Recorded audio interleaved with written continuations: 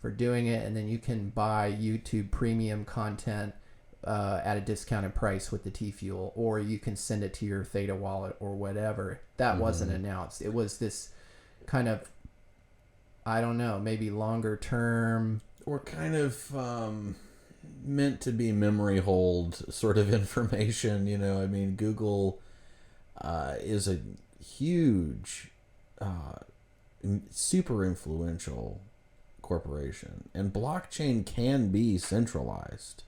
You know, cryptocurrency and privacy-based cryptocurrencies therein are really just one of the, you know, earliest and therefore most understood applications of blockchain. But blockchain is really just sort of third-party accounting. It's a revolution in accounting practices and keeping track of data. So in that sense, it would behoove some of these mega corporations to actually adopt that as a way of keeping track of data and viewership in a more reliable, less perhaps hackable manner. Yeah, well, one of the ways to keep an eye on your competition is to buy their product. Right. And it's interesting because they are hosting a validator node, and this will generate T-Fuel for them. And it also gives trust to, like, say you're like an MGM Studios, which was announced as a streaming partner, by the way, as well in the last week. Do you just want a bunch of homies like me with a little computer in there? That's going to be what you depend on for your streaming service? Or will you feel a lot better about the blockchain that you're using if it is actually hosted on the infrastructure like Google Cloud? So what I'm really interested to see is, number one, how does Google use this T-Fuel that they're now going to be generating? To me, that seems like they're lining up to use it in YouTube. But in addition to that, what if Amazon signs on as well and they start running Guardian nodes on their infrastructure, and then Microsoft Azure as well, and even so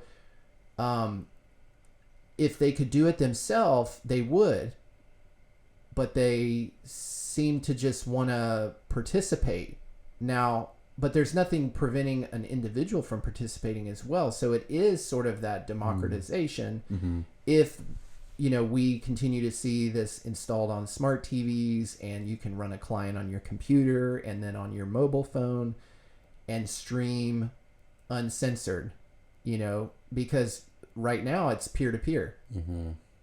Now, maybe that will change. Maybe this is a big trap.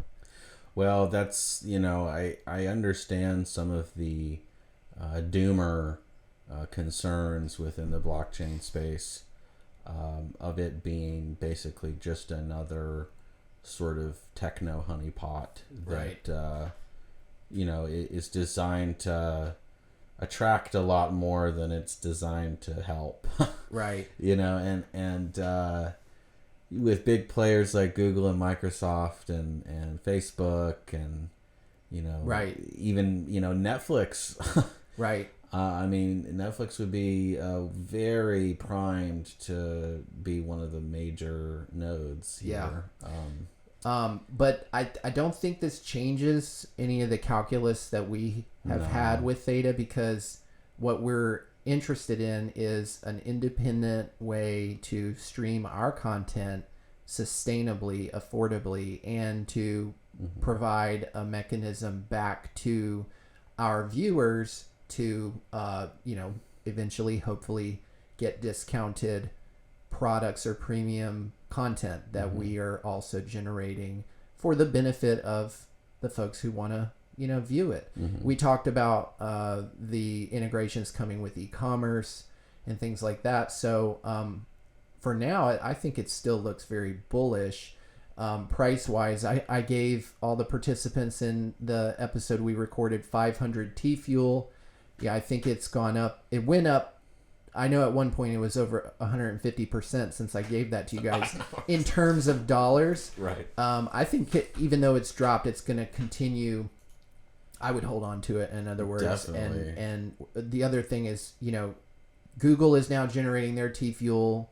It makes sense that they would use it for its intended purpose on their own video platforms. And that's our goal right now. We've got a Guardian node running that is generating T-Fuel. We're not using it. I used it in a prototype last week when I paid you guys with it. Right. But it may well be fueling, so to speak, the delivery of our content in the future. So definitely. I talked in the last recording about the fact that that Guardian node, which is a little personal computer here in the studio, it's also a dedicated streamer. So you can go to Zetetic.news and read about how you can download the Edge node software from THETA for free, and you will start earning T-Fuel yourself in your own wallet.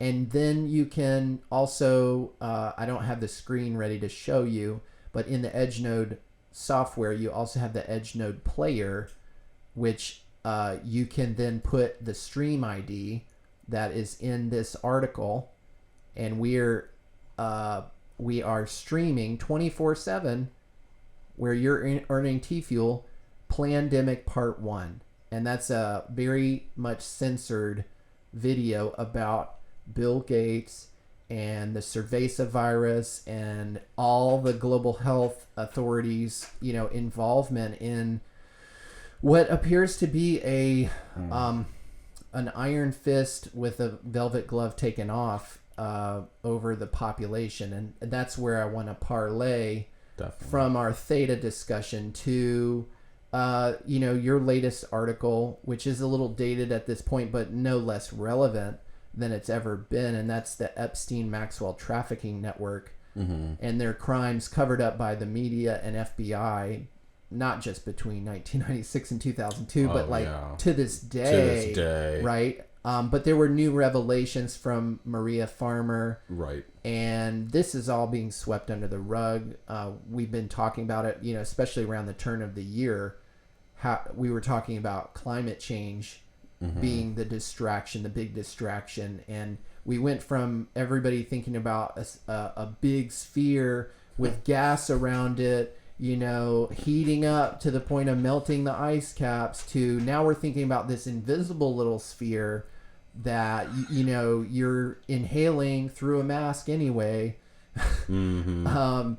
But what's going on with Maria Farmer and these revelations, and what do you think's sort of the public psyche on all this at this point with everything that's going on? And this is it's extremely timely because you see Netflix coming out with their sort of I just saw it on the screen. Yeah, but the title is ridiculous. It's like Filthy Rich, right? That's the worst thing to say about him. Wow. I mean, it's not even worth. I haven't even watched that. You know what I mean? Whatever. Have you seen the Netflix thing? Because I just saw that title and was like, I'm not watching that shit. I started to watch it, and it is a fully fledged sort of Bernaysian propaganda by omission treatment. They sort of treat him as this kind of man of mystery with this perverse lifestyle proclivity, and that this weird magnetism that attracted him to all these people in power, and people were just hoodwinked by his charm, and it's just unreal, and all the key information of him being basically insulated from scrutiny and accountability for decades, like 30 plus years, right? It just kind of gets swept, and it just very casual, like completely superficial mentions of the case precedent with this guy. And I got to finish it, but I mean, from what I've already seen, it's of course Netflix Hollywood, right? Nothing to see here. It's like, if you're being served it on Netflix, it's trash. It's trash. It's trash. It's not going to teach you anything about what the powers behind the powers behind the powers behind the powers. Exactly. And Prince Andrew, right?